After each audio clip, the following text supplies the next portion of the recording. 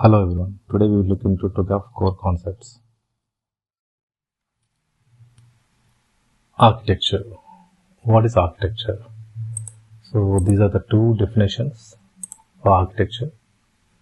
The fundamental concepts or properties of a system in its environment, embedded into its elements, relationships, and in the principles of its design and evolution. That's one. And the structure of components, their interrelationships, and the principles and guidelines governing their design and evolution over time. So these are the basic definitions, and if we look into these definitions, there are a few words, keywords, which we should know. What are elements? These are the basic building blocks of the system. When I say basic building blocks, those can be components or modules, hardware devices, or any external units. So each of this element or unit will have a single responsibility and a specific defined responsibility within the system. So that's element. Structure of components.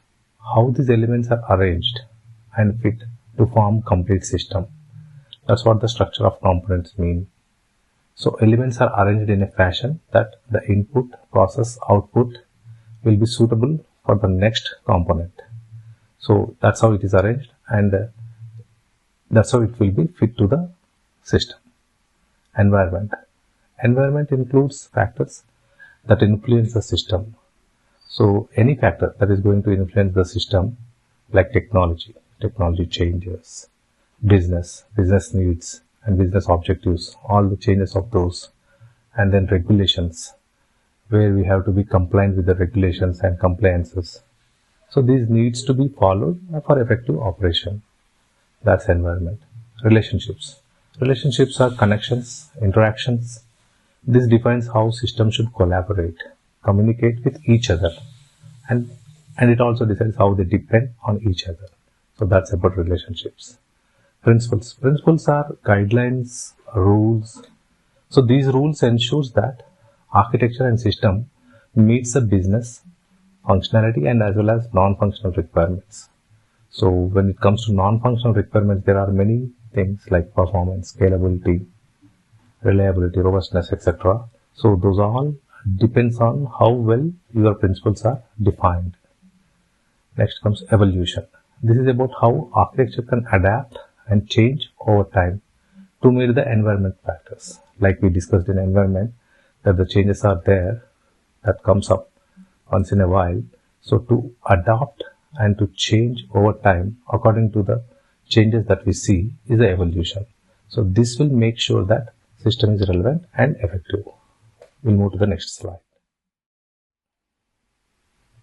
Architecture domains. Domains are different areas of architecture. So when I say architecture domain, these are different areas of architecture, and they focus on specific concerns or requirements. In short, we can say it as BDAT. B stands for business, D for data, A for application, and T for technology. Okay, business architecture. Business architecture provides a structured approach to understand, design, and align the business strategy, the processes, and organization structure. So what is a business strategy? Business strategy, a strategy or an approach which ensures that business objectives, goals, or mission, vision in a long term or short term are met, and these strategies should support the organization at all times. So it's an approach. Business models. Business model defines how a business deliver product or a service to a customer. It is a way of doing business. Every industry has its own way of doing business. So we look into the business architecture. Architects look into the models that are suited for the enterprise, and then they decide on which model has to be taken. Business architecture explores different models, maps them with objectives, ranks them, prioritize them. All these activities are done to deliver most effective models for achieving goals. What are business processes? So in our In enterprise, we identify processes, models, or strategy to enhance and improve the organization operations, right? Okay. Business architecture provides a framework to analyze these processes. Whatever the processes are there in place, they are analyzed to enhance the organizational structure and to enhance the processes which are already existing. Okay. Organizational structure. Organizational structure examines organization hierarchy, the roles and the responsibilities to make sure they support the business strategy and process. So you have a hierarchy in if you take a company, you have hierarchy. Someone reports to somebody and then it goes on. So if needed, this hierarchy is redesigned and roles are made, responsibilities are redefined. So all this redesigning of organizational structure, hierarchy, roles and responsibilities has to be done if it has to enhance the organization. So if it is all good, then no need to touch it. Capabilities. Key capabilities are like skills. What kind of skills we need to achieve this business needs, and then what kind of resources we need to have, whether it is human or machine, and then the competencies required. When I say competency, it is a combination of skills, behavior, knowledge, wisdom, and attributes that enable an individual to perform a job effectively and productively. So these are all things we touch base to enable an organization to deliver value to its customers and stakeholders. Value streams. Value streams focus on flow of value throughout organization. So it may be from engagement to delivery of the product, from start to end of the product journey. So how it helps? Business architecture helps to map and optimize these value streams to maximize customer satisfaction and improve the business performance. The map will have the rankings of major stakeholders who needs to be satisfied most. Okay, and stakeholder alignment. Business architecture ensures that the needs and expectations of stakeholders are fulfilled. And stakeholders includes customers, employees, partners, and regulators, etc. Whoever are contributing to the business objectives, or whoever are taking or involving in business needs, they all will be part of stakeholder. There will be a stakeholder map and the rankings and who is what and how they are contributing will be put into that map. So by working on all these business strategy, model, processes, structure of the organization, improving the capabilities, having a value stream and aligning the stakeholders, business architecture ensures that organization makes informed decisions, improve their operational efficiency, and with that they try to achieve strategic objectives. Data architecture. Data architecture focus is on designing, organizing, and managing the data. It provides a framework for understanding and managing data assets, and it ensures that data is collected, stored, accessed, and utilized properly. Okay, so we'll look into what are data models, storage, and integration. Okay, data models, storage, and integration. Data model is that defining a structure and having relation to this structure with other structures, and then some constraints on the structures. For example, if you take a table have certain columns, and there will be some constraints like this column is unique, this column is a foreign key which will be connecting to the other tables, such that. And models can be logical and physical data sets as well. So logical or conceptual, like we discussed, tables, schema, etc. Physical are actual storage like database, warehouse, etc. Data architecture makes sure that data is stored efficiently and securely and can be accessed easily. And it will have some plans for backup and recovery as well. Integration of data. So for example, if we see some systems will have retrieval of data from different sources. It collects data from different sources and then it combines, it cleans them, and then it makes it complete by validations and all. Whether it is internal system or external system, it collects all the data and do that activity. So this kind of thing is an integration of data from different sources and making sure that it is combined properly and it is accessible to different systems with proper authentication and authorization. Next, data access and security. It defines how data is accessed. Like I mentioned, proper controls has to be in place, authentication or authorization, who can access what.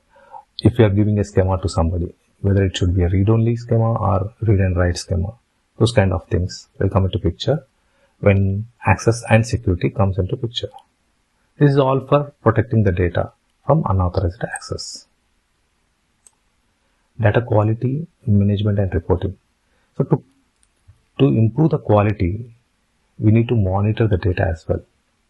Which data is required and which data is not required. When we collect data from different sources, sometimes we may get data which is not required as well. So we don't need to store the data.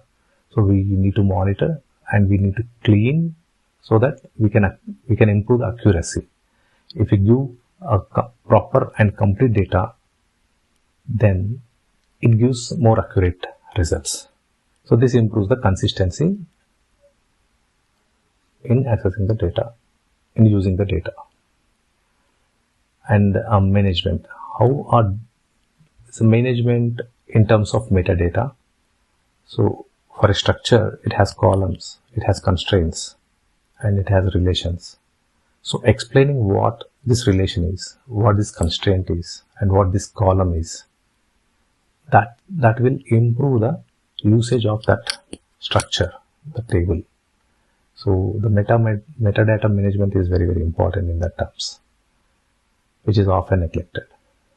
And reporting, there are many tools in the market which can be used to report the data that is being collected.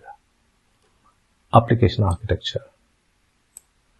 Application architecture refers to the design and structure of software applications within the system. There may be many applications in a system. Each application may contribute or may provide some feed to other application. So how applications are arranged matters. How the data is flowing from an application to another application matters. So that blueprint or that design is what application architecture will be helping into. So it helps how applications are organized, how applications are interacting with each other, and then how they are meeting the business requirements. What are software components? Components make up the application. Components are modules, classes, services, and libraries. At a higher level, libraries, and at a lower level, class, maybe examples of it. And each will have a specific responsibilities, which is not having any overriding functionality with other modules. And interrelations and interactions. Interrelations and interactions defines how components will talk and exchange data with the applications. We can use interfaces or APIs that will enable communication between components. between the systems. Business needs. So at the end of the day, business needs has to be met, and how application architecture is going to help meeting the business needs is by deciding which kind of architecture style are we going to use and what non-functional requirements are helpful for the business needs, and how are we going to design all those things. When it comes to architecture styles, it can be microservices, monolithic, or event-driven, SOA, etc. It can be any style, but the style that is going to help the business is what we have to zero in. Technology architecture. Technology architecture tries to optimize the use of technology resources, and it tries to reduce the redundancy, thereby saving the cost. It tries to mitigate the technology related risks, and it supports innovation, and then it keeps organization ready for future changes. So when we see the technology resources can be infrastructure components, hardware related components like servers, storage devices, network equipments, and then software, logical, OS, operating systems, middleware, databases, application software. So these all come into infrastructure components, and then integrating them and to provide that interoperability is also one of the thing which technology architecture will help. So it ensures that different technology components can work together, whatever it is, maybe through APIs or through a middleware or through some integration platforms, etc. Whatever the measures those are, it will try to make sure that they are in place, and also it will keep security measures in place to protect the data and as well as the system. And it will have some visual representations. It has to have some visual representations like architectural diagrams, network diagrams, system architecture, and then technology stack. These are all important when people come in and go out. People who come in, they can refer to these diagrams and then they can find out how the system works. Okay, so technology architecture, it will make sure that the technology architecture models, these models are used. It's a way of doing things, right? Models will be used in such a way that this technology architecture will support the business processes, application requirements, and it tries to align with overall enterprise architecture. If you like this video, please like, share, subscribe, and leave a comment. Thank you.